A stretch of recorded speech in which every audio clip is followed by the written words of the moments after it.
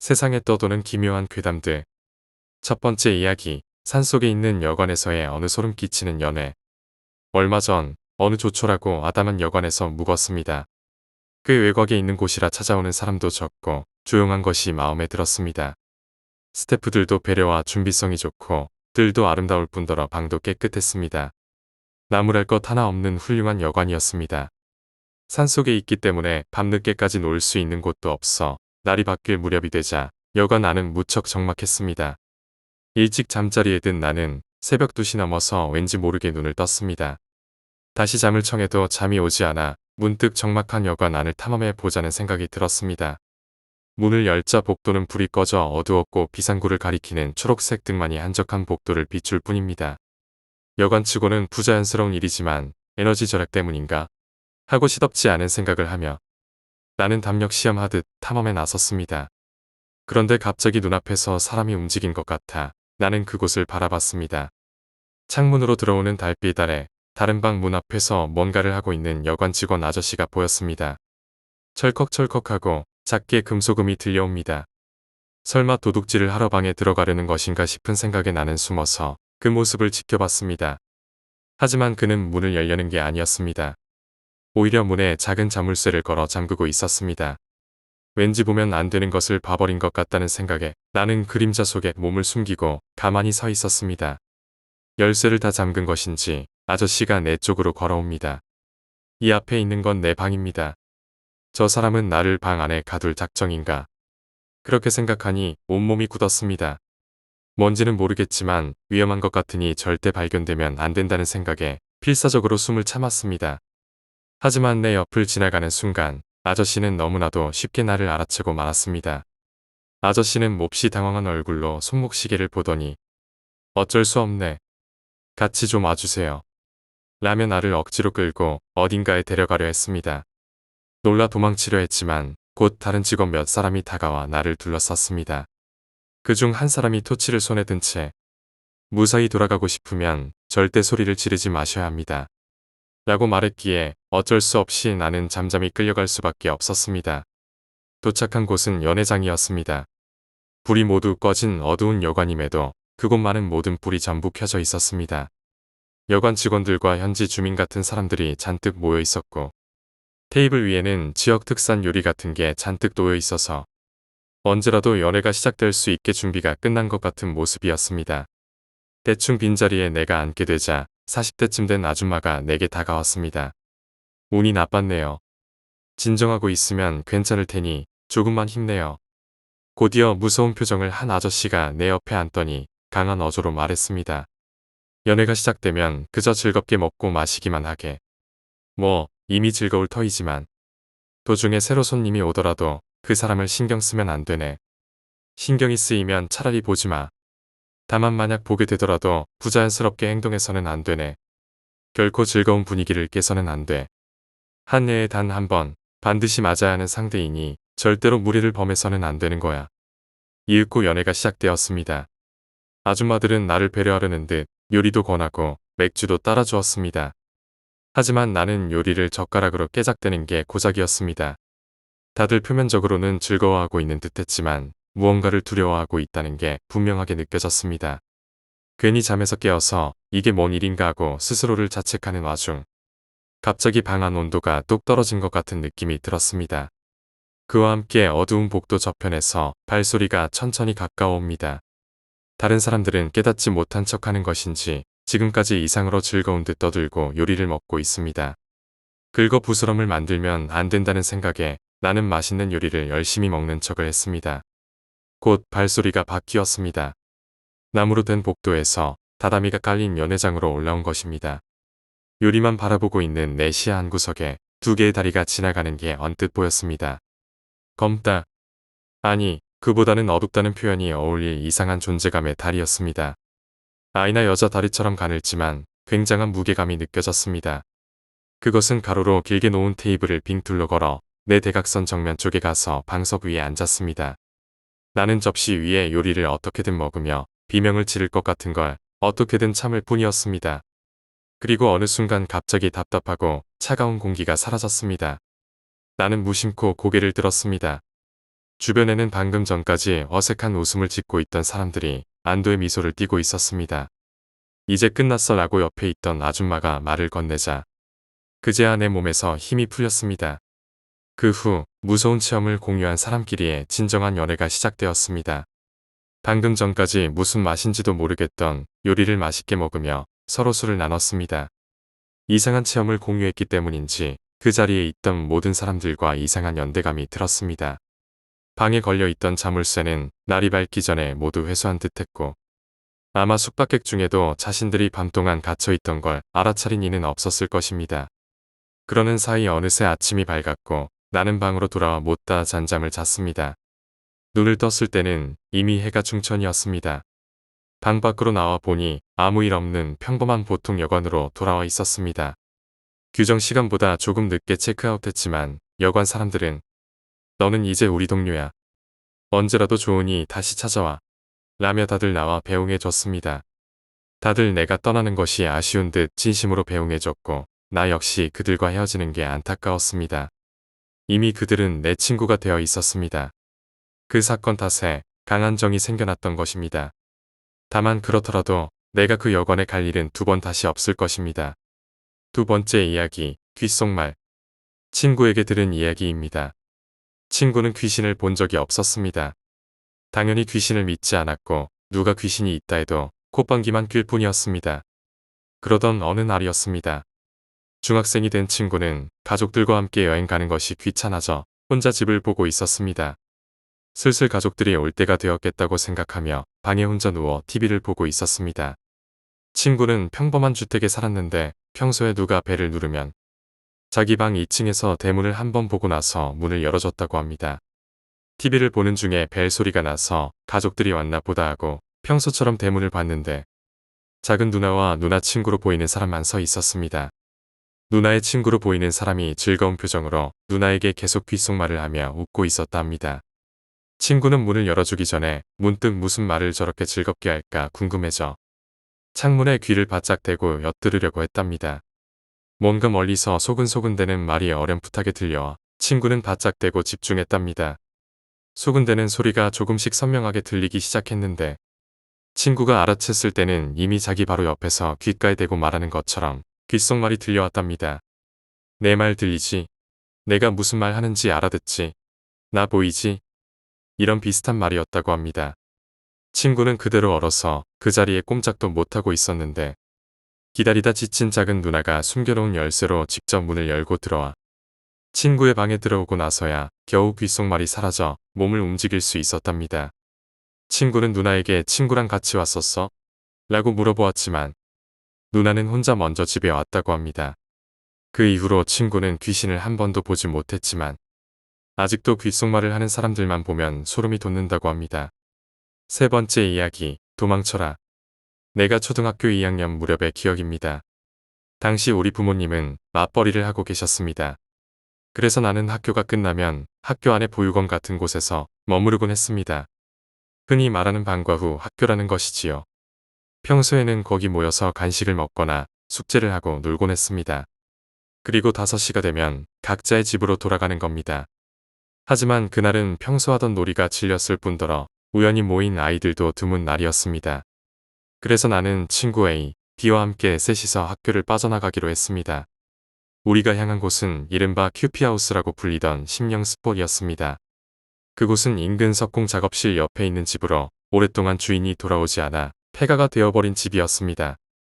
그 집에는 차고 같은 곳이 있는데 셔터 틈 사이로 보이는 집 안은 망가진 의자나 인형 같은 게 마구 널려져 있어 무척 무서운 분위기가 감돌았습니다.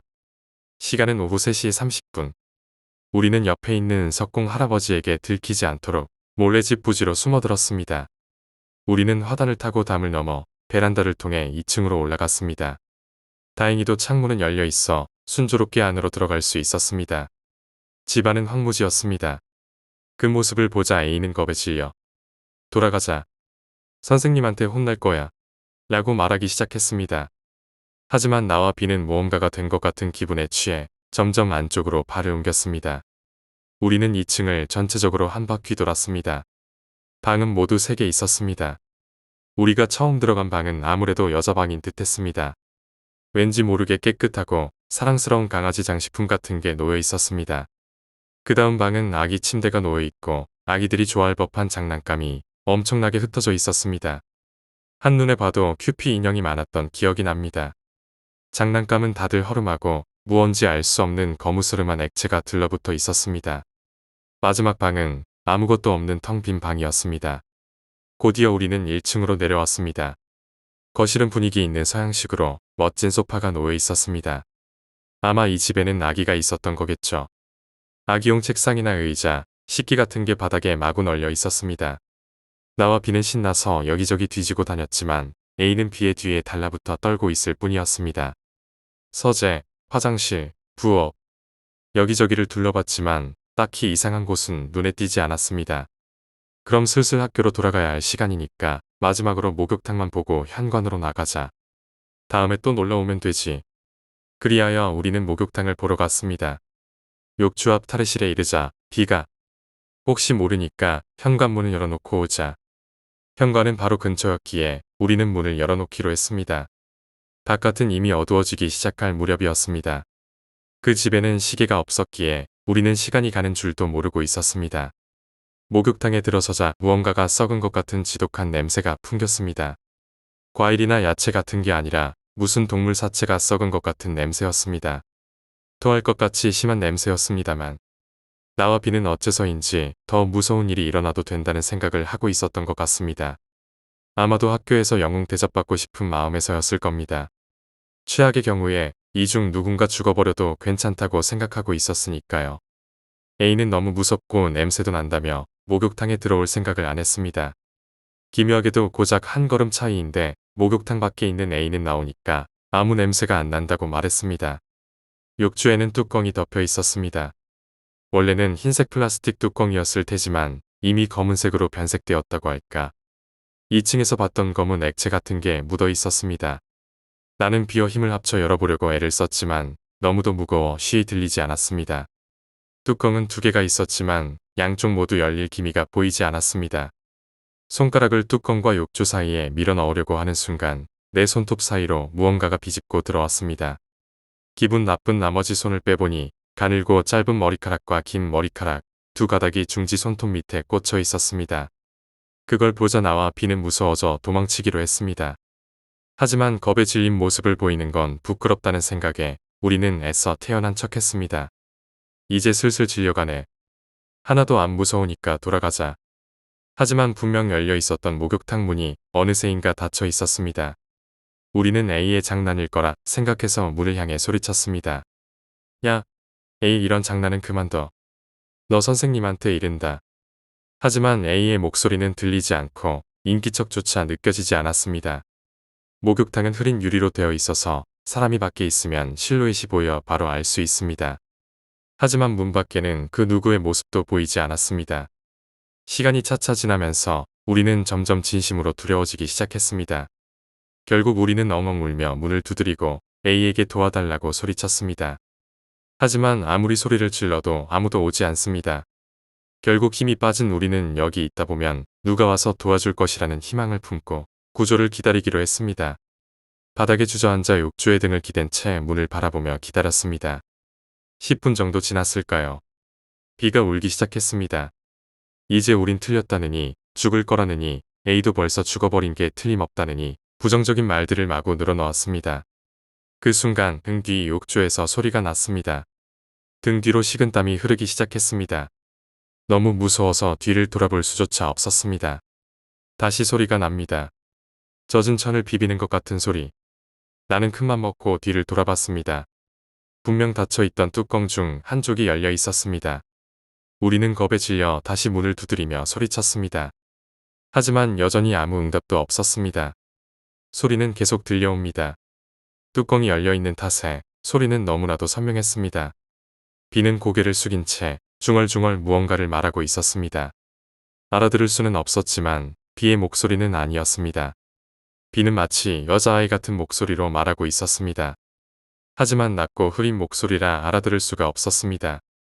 나는 문에 등을 댄 채 욕조를 바라보고 있었습니다. 무언가가 나올 것만 같았기 때문입니다. 이런 곳에 온 걸 진심으로 후회했습니다. 집에 돌아가게 된다면 엄마와 선생님한테 사과하자 머릿속에는 그 생각뿐이었습니다. 그 와중에도 소리는 계속 들려옵니다. 욕조를 바라보고 어느 정도 시간이 흘렀는지는 모르겠습니다. 한순간 작은 손, 아기 손 같은 게 열린 뚜껑 틈새로 보이는 걸 알아차렸습니다. 나는 그것을 보고 무심코 토해버리고 말았습니다. 비는 아직도 무언가를 중얼거리고 있었습니다. 도망치자. 정신 차려. 나는 비의 어깨를 붙잡고 흔들었지만 비의 눈에는 초점이 없고 입에서는 침이 흐르고 있었습니다. 그 순간 문 너머에서 인기척이 나는 게 느껴졌습니다. 욕조에서는 지금까지 들려오던 것과는 달리 신음소리 같은 게 들려오기 시작했습니다. 누가 우리를 도우러 와준 것이라 생각한 나는 기뻐서 문 쪽을 바라봤습니다. 그곳에는 흐릿한 유리의 얼굴과 손을 꽉 붙인 여자의 실루엣이 떠올라 있었습니다. 앞머리를 5대5 가르마로 나눈 단발머리의 여자가 입을 크게 벌리고 우리를 보고 있었습니다. 얼굴을 꽉 붙이고 있었기에 표정까지 확실히 눈에 들어옵니다. 곧이어 여자의 입이 움직이기 시작했습니다. 무언가를 말하는 듯 했습니다. 말을 하고 있다는 건 알겠는데 내용은 도저히 알 수가 없었습니다. 그리고 어째서인지 눈을 돌릴 수가 없습니다. 여자는 양손을 천천히 무겁게 들어 올리더니 엄청난 힘으로 문을 쾅 하고 내리쳤습니다. 그리고 그와 동시에 나는 정신을 잃고 말았습니다. 눈을 뜨자 우리 집이었습니다. 아무도 없는 방에 나 혼자 있었습니다. 갑자기 무서워져서 방에서 나오니 거실에는 어머니가 계셨습니다. 어머니는 울면서 나를 꼭 껴안고 그간 있었던 일을 말해주셨습니다. 내 기억에 나는 그 집에 한두 시간가량 있었다고 느끼고 있었습니다. 하지만 실제로는 이틀 가까이 그 집에 있었다는 것입니다. A는 우리를 두고 먼저 집으로 돌아갔지만 다음날 학교에 나랑 비가 나오질 않았다는 겁니다. 그날은 무서워서 선생님에게 말도 못 꺼냈지만 집에 돌아간 후 A는 자기 부모님에게 우리 이야기를 했다고 합니다. 그리고 경찰이 출동했을 무렵 나는 목욕탕 안에서 기절한 채였다고 합니다. 어머니의 말에 따르면 내 왼쪽 장단지에는 무척 작은 이빨 자국이 남아 있었다고 합니다. 나는 어머니에게 울면서 비는 어떻게 되었는지 물었습니다. 비는 이상하게 돼서 막 이상한 말을 하고 있었는데 그러자 어머니는 비구는 지금 병원에 있어. 비군을 만나고 싶니? 나는 만나고 싶다고 대답했습니다. 그럼 내일 만나러 가자. 하지만 비군을 봐도 울면 안 돼. 알았지? 약속하는 거다. 다음날 어머니와 약속한 나는 병원에서 비를 만났지만 비는 목욕탕에서의 그 모습으로 침대에 앉아 이상한 말을 짓걸리고 있을 뿐이었습니다. 그 이후로 나는 무서워서 비를 만나러 가지 않았습니다. A와는 아직 연락이 닿고 있지만 비에 관한 이야기는 서로 꺼림칙한 탓에 꺼리고 있을 뿐입니다. 첫 번째 이야기, 해체 공사를 하다가 나왔던 기묘한 돌. 해체 전문 회사에서 아르바이트를 한 적이 있습니다. 온갖 이상한 집과 괴상한 것들을 마주할 수 있었지요. 산 깊은 곳에 있는 낡아빠진 집 같은 건 특히 그렇습니다. 서랍 속에 뼈가 가득 들어있지 않나 벽 속에 긴 머리카락이 들어있기도 하고 집 한가운데에 입구도 없는 방이 덩그러니 있기도 했습니다. 그 안에는 작은 신사문이 세워져 있었지요. 어찌되었든 죄다 때려 부수고 덤프트럭에 실어서 쓰레기로 처리해버립니다. 정말 기분 나쁜 경우에는 술과 소금을 뿌리기는 하지만 결국 죄다 버리는 건 똑같았습니다. 그러던 어느 날 어느 계곡에 있는 오래된 대저택을 해체하는 작업이 들어왔습니다. 저는 운전기사 겸 사장이랑 사장 아들과 함께 예비조사를 하러 갔습니다. 집안에 뭐가 있고 어떤 게 들어있는지는 사장하고 사장 아들이 할 일이어서 저는 밖에서 담배를 피우며 가져온 만화책을 읽고 있었습니다. 그러자 시골에는 보기 드문 고급차에 호기심이 생겼는지 근처에 사는 듯한 할머니가 제게 말을 걸어왔습니다. 여기는 뭐 하러 왔나? 이 집을 좀 부수고 싶다고 의뢰가 들어와서요. 그런 거 전문으로 하는 회사입니다. 그러자 할머니는 이 돌집이 부서지는 거구나 라고 말했습니다. 왜 돌집인데요? 보기에는 별것 없는 나무로 지은 집인데. 그렇게 묻자 할머니는 아니, 돌이 있어. 그게 뭔데요? 부수면 저주받는 건가요? 저는 웃으며 농담을 건넸습니다. 할머니도 웃으며 대답해 주었습니다. 나도 모른다. 근데 이상한 돌이 있다고 하더라. 흥미가 생겨 저는 집에 직접 들어가 보기로 했습니다. 문을 넘어 들어가자 안방과 넓은 뜰이 보였습니다. 그리고 그 뜰 한 구석에는 창고가 3개 줄지어 서 있었습니다. 마침 거기 사장 아들이 보이길래 저는 창고 쪽으로 걸어갔습니다. 사장하고 사장 아들이 있던 건 세 창고 중 가운데 것이었습니다. 사장은 그 안에 있었는데 창고 가운데가 뭔가 이상했습니다. 그 가운데 창고만 정사각형이었는데 가운데에 씨름판처럼 둥글게 흰 돌이 파묻혀 있었습니다. 원중앙에는 1m 길이의 각진 검은 돌판과 흰 돌판이 서로 마주보듯 서 있었습니다. 사장은 계속 그걸 바라보고 있었습니다. 제게는 그저 괴상하다는 생각만 들 뿐이었습니다. 그날은 조사를 마치고 돌아왔지만 며칠 뒤 그 집 해체를 진행하게 되었습니다. 해체 첫날 아침 회사에 나가자 무슨 일인지 사장이 직접 나와 우리에게 말했습니다. 창고 안에 있는 돌판은 절대 건드리지 말고 그대로 가지고 오라고. 우리는 현장으로 향했습니다. 목조 가옥은 부수는데 큰 어려움이 없습니다. 적절한 공간만 있으면 기계로 가볍게 때려 부술 수 있으니까요. 하지만 아침에 사장이 한 말이 있기에 가운데 창고에는 손을 대지 않고 다른 곳부터 부숴나갔습니다. 그리고 며칠 지날 가운데 창고만 남았습니다. 다들 창고 안으로 들어가 돌판을 어떻게 할까 생각하고 있을 무렵이었습니다. 갑자기 현장의 리더격인 중국인 코우 씨가 창고 밖으로 뛰쳐나와 토하기 시작했습니다. 코우 씨, 왜 그래요? 우리가 묻자 코우 씨는 그 창고 위험해, 기분 나빠 라고 말했습니다. 우리는 멀쩡했기 때문에 그대로 작업을 계속하려 했습니다. 하지만 코우 씨는 위험하니까 돌아갈래. 라며 덤프트럭 한 대를 끌고 마음대로 가버렸습니다. 어쩔 수 없이 우리끼리만 창고를 부수고 그 돌은 잘 챙겨 덤프트럭에 쌓아 가지고 왔습니다. 회사로 돌아갔더니 사장이 화를 냈습니다. 코우 씨가 화를 내며 회사를 때려쳤다는 것입니다. 내 놈들 무슨 짓을 한 거야. 화를 냈지만 우리가 알 턱이 있나요? 우리는 모릅니다.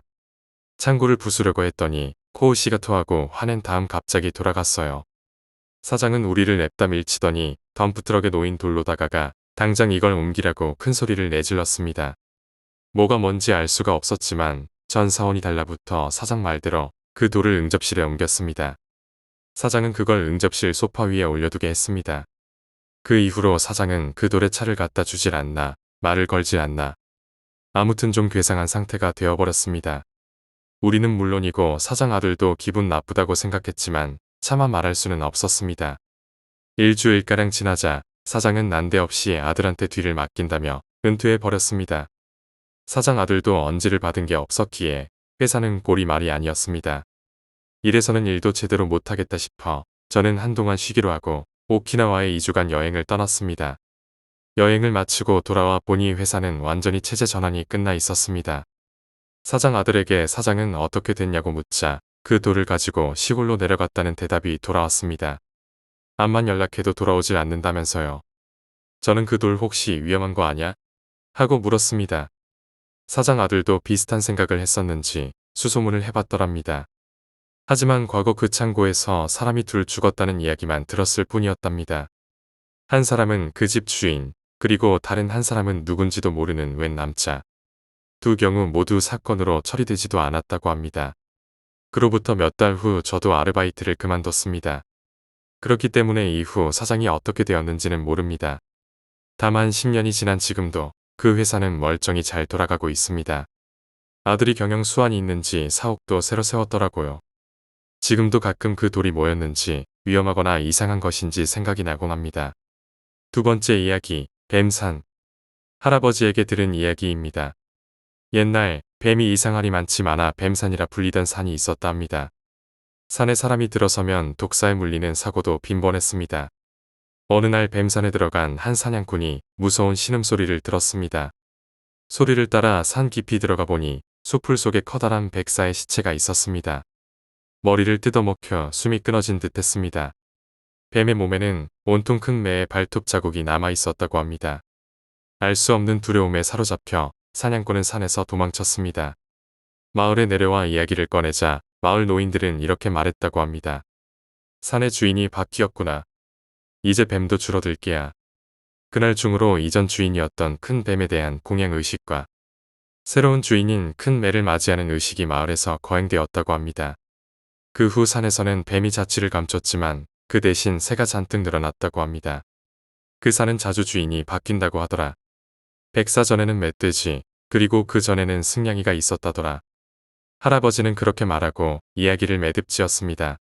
세 번째 이야기, 폐가. 후배 이야기입니다. 어릴 적 시골에 놀러 갔었다고 합니다. 후배는 간만에 시골 친구들을 만나 놀 생각에 들떠 있었습니다.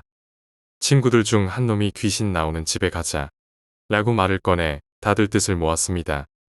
그 폐가는 산을 약간 오르면 덩그러니 한 채 놓여 있는 곳이었습니다. 인적이 끊긴 지 한참이 됐는데도 종종 집안일 하는 소리가 들린다는 것이었습니다. 하지만 장난꾸러기들이라 진심으로 귀신이 나올까봐 두려워하는 놈은 하나도 없었다고 합니다. 그렇게 폐가에 비집고 들어가 마음껏 이리저리 뛰놀며 살폈다고 합니다. 2층 안쪽을 찾고 있는데 한 놈이 갑자기 우뚝 멈춰섰습니다. 무언가가 슥슥 스치는 듯한 소리가 들린다는 것이었습니다. 다들 멈춰서 귀를 기울이니 확실히 희미하게 소리가 들려옵니다. 소리가 어디서 들리는지 알아차리자 다들 겁에 질려 울상이 되었습니다. 이미 올라온 계단 바로 아래 딱 그 무렵에서 소리가 들려왔습니다. 가위바위보를 해진 녀석에게 아래를 내려다보게 했답니다. 사람의 모습은 없었습니다. 단지 낡아빠진 걸레 한 장이 보였습니다. 걸레는 마치 벌레가 움직이듯 혼자 마루 위를 닦으며 돌고 있었습니다.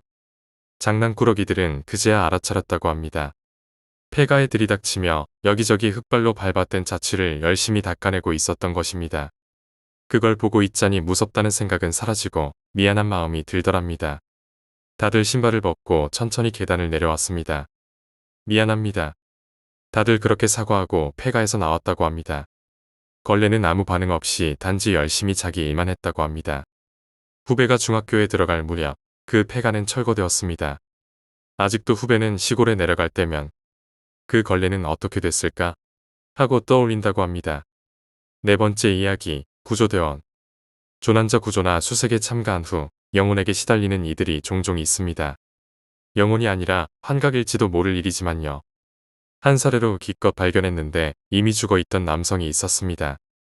곁에 떨어져 있던 메모를 보면 어젯밤까지는 분명 살아있던 사람입니다. 메모 마지막 줄에는 자신을 찾아내지 못한 구조대에게 원한을 품고 죽어간다고 적혀 있었습니다. 그걸 쓸 무렵에는 이미 사고가 흐트러져 일종의 혼란 상태에 빠져 있던 거겠지요. 구조대원 중 한 명은 그렇게 생각하며 애써 스스로를 위로했습니다. 또 다른 사례로 발견 당시 이미 자살해 있던 남성이 있었습니다.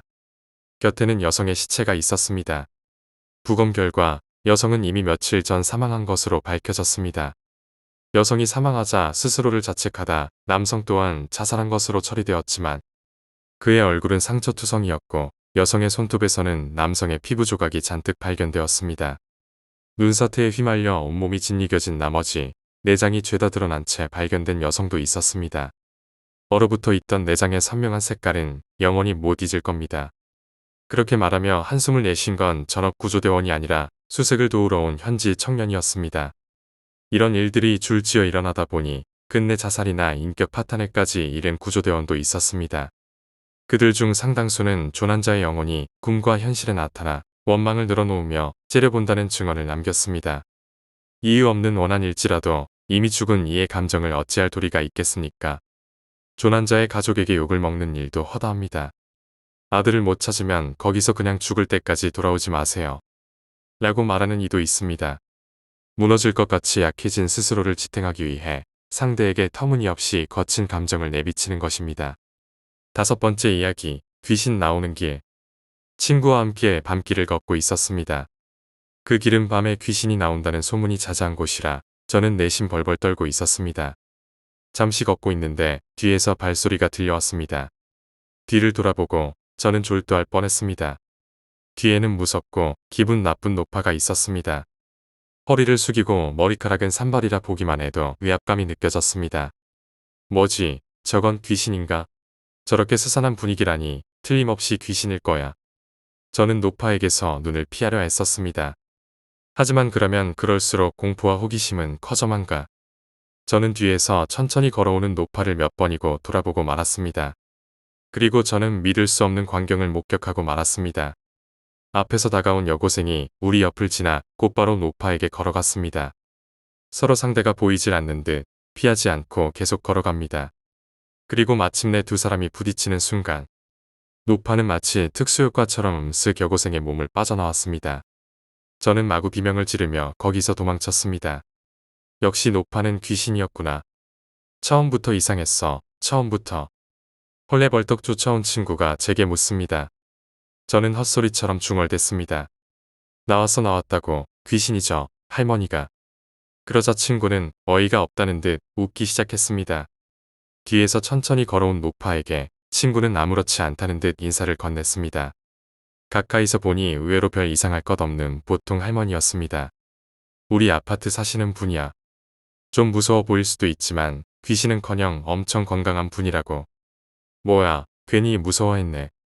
귀신이 나오는 길이라니 순 엉터리잖아. 6번째 이야기, 원숭이. 산 동료에게 들은 이야기입니다. 지인의 오두막에서 묵을 겸 술자리 벌이던 어느 밤이었습니다. 현관 쪽에서 소리가 났습니다. 무슨 일인가 싶어 확인하러 가보니 숲속으로 허연 것이 빨려 들어가더랍니다. 더러운 붕대 다발이었습니다. 마치 투명한 통에 감겨있는 것처럼 천이 빙빙 감겨 하늘에서 흔들흔들 떠돌고 있었습니다. 허나 오두막에서 새어나온 빛 사이로 잠시 보이던 그것은 곧 나무 사이로 사라져버렸습니다. 무슨 일이야? 뒤를 보니 오두막 주인이 안주를 손에 들고 창고에서 나오고 있었습니다. 괴상한 걸 봤다고 지금 본 걸 이야기했다고 합니다. 오두막 주인은 뭐라 말할 수 없는 미묘한 표정을 지었습니다. 꽤 옛날 일이지만 말야, 이 오두막 옆에 웬 원숭이가 쓰러져 있더라고. 나이도 먹을 대로 먹었는데 상처가 엄청 심했어. 무리에서도 포기하고 내쫓았겠지, 아마. 뼈 안에 젖은 듯 그는 말을 이어갔습니다. 무심코 동정심이 일어서 치료를 해주고 붕대도 감아줬어. 한동안은 오두막 근처에서 머물다가 상처가 나으니까 쓱 사라져버렸어. 뭐 야생동물이라는 건 되게 그런 법이지. 그런데 말이야, 그놈은 다 나았는데도 붕대를 벗으려 하지 않더라고. 그리고 매년 치료를 받았을 때 즈음에 꼭 답례를 하러 찾아와. 그리고는 현관을 열어 젖혔습니다. 문 바로 앞에 그리 많지는 않지만 과일과 버섯이 얌전히 놓여 있었습니다. 원숭이가 은혜를 갚는 건가? 신기하면서도 훈훈한 기분에 잠겼지만 순간 뭔가 이상하다는 걸 느꼈답니다. 붕대는 분명히 보였는데 왜 원숭이는 안 보인 거지? 말했잖아, 한참 전 일이라고. 애시당초 늙은 원숭이였으니 죽은 지도 꽤 됐어. 내가 본 건 살아있는 게 아니라고. 오두막 주인은 한참 동안 숲속을 바라봤다고 합니다. 솔직히 이제 은혜 갚기는 충분하니 성불하기를 바라고 있지만 말이야. 외로운 듯 그렇게 말하더랍니다. 7번째 이야기, 숲풀. 지인인 T 할아버지에게 들은 이야기입니다. T 할아버지는 젊을 적 동료와 함께 산에서 노가다를 뛰었답니다. 신입일 무렵 산에서 하룻밤 꼬박 일을 하게 되었다고 합니다. 그런데 웬 아름다운 여자가 숲풀 속에서 자신을 바라보고 있었다고 합니다. 주변에 민가는 없었기에 이상하다 싶었지만 영손에 익지 않은 일을 열심히 하고 있는 사이 여자는 사라져버렸다고 합니다. 저녁밥을 먹으러 오두막에 돌아와 이야기를 꺼내니 작업 반장이 잔뜩 얼굴을 찌푸리고 단단히 못을 박았습니다. 외팔 외다리 여자 말이지. 절대 상대해주면 안 된다. 숲풀에서 들여다보는 얼굴만 봤을 뿐이었지만 T 할아버지는 작업 반장의 기세에 눌러 고개를 끄덕였다고 합니다. 다음 날도 여자는 숲풀 속에서 들여다보고 있었습니다. 상대해 줄 생각은 없었지만 아름다운 얼굴에 가끔 시선을 가니 마침내 여자가 모습을 드러냈습니다. 여자는 정말 외팔의 외다리였습니다. 그런 몸으로 깡충깡충 뛰어와 곁에 오더니 고관을 만져대기 시작하더랍니다. 아직 젊은 데다 동정이었던 T 할아버지는 기겁하며 냅다 밀쳤지만 여자는 솜씨 좋게 몸을 바로잡더니 능글능글 웃었습니다. 그리고는 숲풀 속으로 사라지더랍니다. 그때부터 여자가 눈에 띌 때마다 아름다운 것만큼 기분이 나빴다고 합니다. 그날 밤 A라는 남자가 오두막으로 돌아오지 않았습니다. 다들 걱정했지만 다행히 밤늦게 길을 잃었었다며 머리를 극적이며 돌아왔습니다. 사람들은 멍청한 놈이라며 웃으며 안도했지만 작업 반장만은 깊은 한숨을 내쉬었습니다. 다음날 작업 반장과 A가 이야기를 나누는 걸 T 할아버지는 봤다고 합니다. 능글능글 웃고 있는 A의 얼굴은 그 여자를 떠올리게 했습니다. 서로 좋은 생각을 했을 뿐이에요. 그 한마디로 A가 그 여자와 잤다는 걸 T 할아버지도 알아차렸다고 합니다. 이후 A는 물론이고 A와 친하던 B 역시 늦게 돌아오게 되었습니다. 너는 가지 마라. 손발을 잃게 될 거야. 작업 반장의 엄포는 믿기 힘든 소리였지만 뭐가 어찌되었든 그런 여자와 얽히고 싶지 않았다고 합니다. 일을 마치고 산에서 내려가는 날 A는 산에 남고 싶다고 말했습니다. 작업 반장은 허락하지 않았지만 마을에 도착하자마자 등을 돌려 산으로 돌아가는 A를 막지는 않았습니다. 그 후 A의 모습을 본 사람은 없다고 합니다. 다음 일터에는 A도 B도 나타나지 않았습니다. 전에 들은 말에 따르면 A는 행방불명되었고 B는 큰 사고가 나 손발을 잃었다고 하더군요.